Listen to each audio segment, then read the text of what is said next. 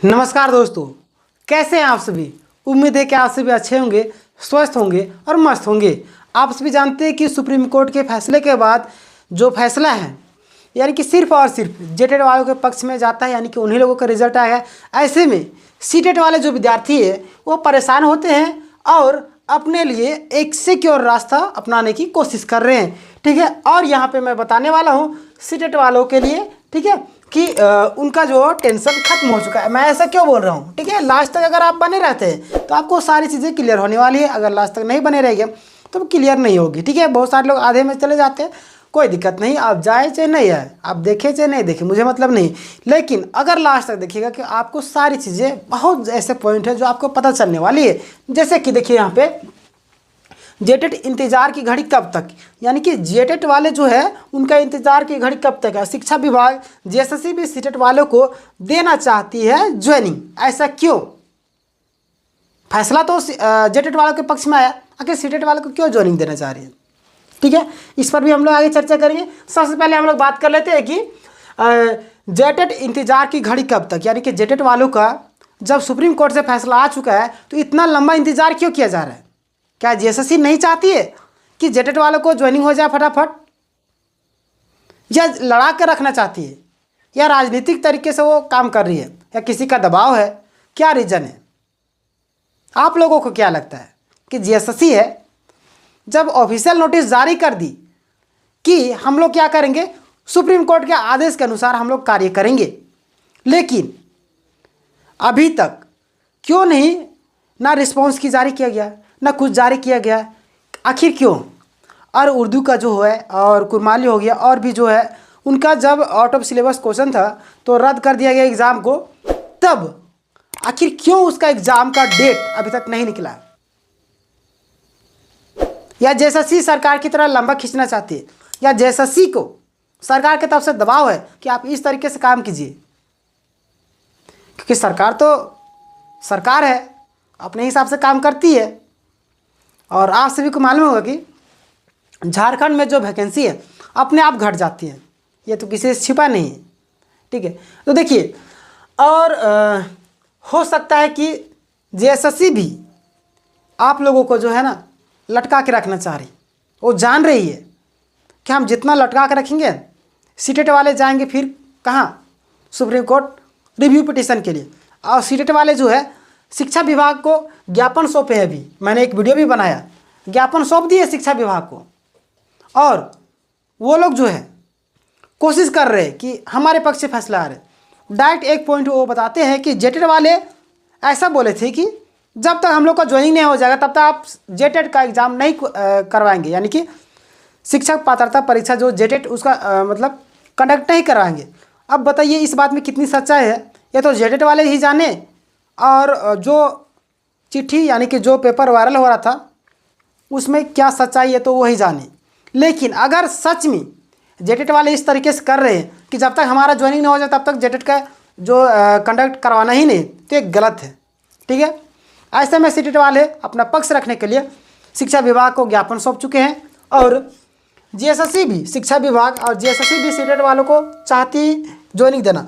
क्यों, क्योंकि सुनने में आ रहा है कि जब सिर्फ और सिर्फ जेटेट वालों को अगर ज्वाइनिंग करवाएंगे तो अच्छे शिक्षक की बहाली नहीं हो पाएगी, क्योंकि सीट की संख्या ज़्यादा है, जेटेट वाले थोड़ा कम है, कम नहीं मतलब कि है, सीट से ज़्यादा है, लेकिन क्या है कि कंपटीशन कम है।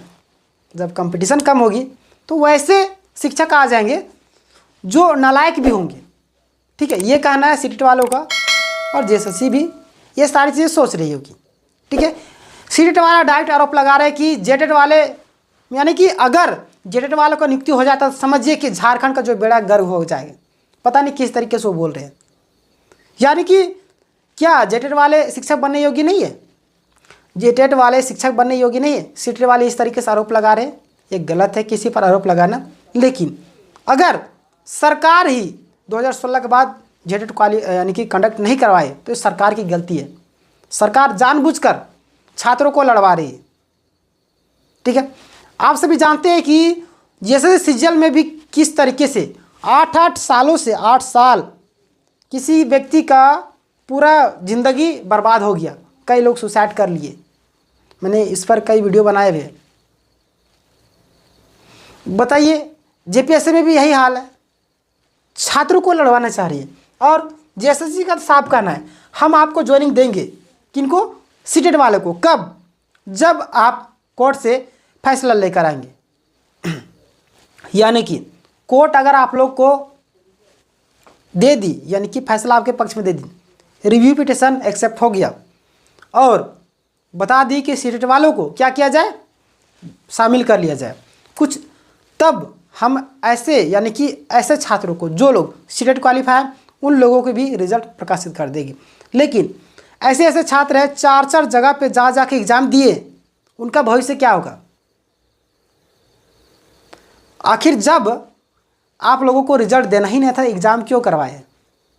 आखिर बाहर क्यों किया जा रहा है सीटेट वालों को? कौन जान रहा है कि हाई कोर्ट का जो फैसला है उसको सुप्रीम कोर्ट खारिज कर देगी, नहीं मानेगी। इसी तरीके से जितना देरी होगा जेटेट वालों के लिए बहुत ही मुश्किल की घड़ी है। जितना जल्द से जल्द हो उसके नियुक्ति हो जाना चाहिए, नहीं तो वो दिन दूर नहीं जब जिस तरीके से सुप्रीम कोर्ट में हाई कोर्ट का फैसला को बदल दिया गया, उसी तरीके से सुप्रीम कोर्ट में आप लोग के पक्ष में जो फैसला आया वो बदल दिया जाएगा। ठीक है, सब्र कीजिए, समय का इंतज़ार कीजिए और दुखी नहीं होना है। जेटेट वालों को भी, सीटेट वालों को भी, जैसे से भी आप लोग को ज्वाइनिंग देना चाह रही है, सरकार भी चाह रही है और सीटेट वालों को भी। लेकिन देखिए, अगर आप लोग अपना पक्ष साबित कर दिए कोर्ट में तो डेफिनेटली आपके पक्ष में फैसला आएगा, आप लोग भी शिक्षक बनिएगा। ठीक है, और मैं अब भी बोल रहा हूँ कि घबराने की ज़रूरत नहीं है, फैसला किसी के भी पक्ष में आ सकता है। ठीक है, आपको अपना कर्तव्य करना है।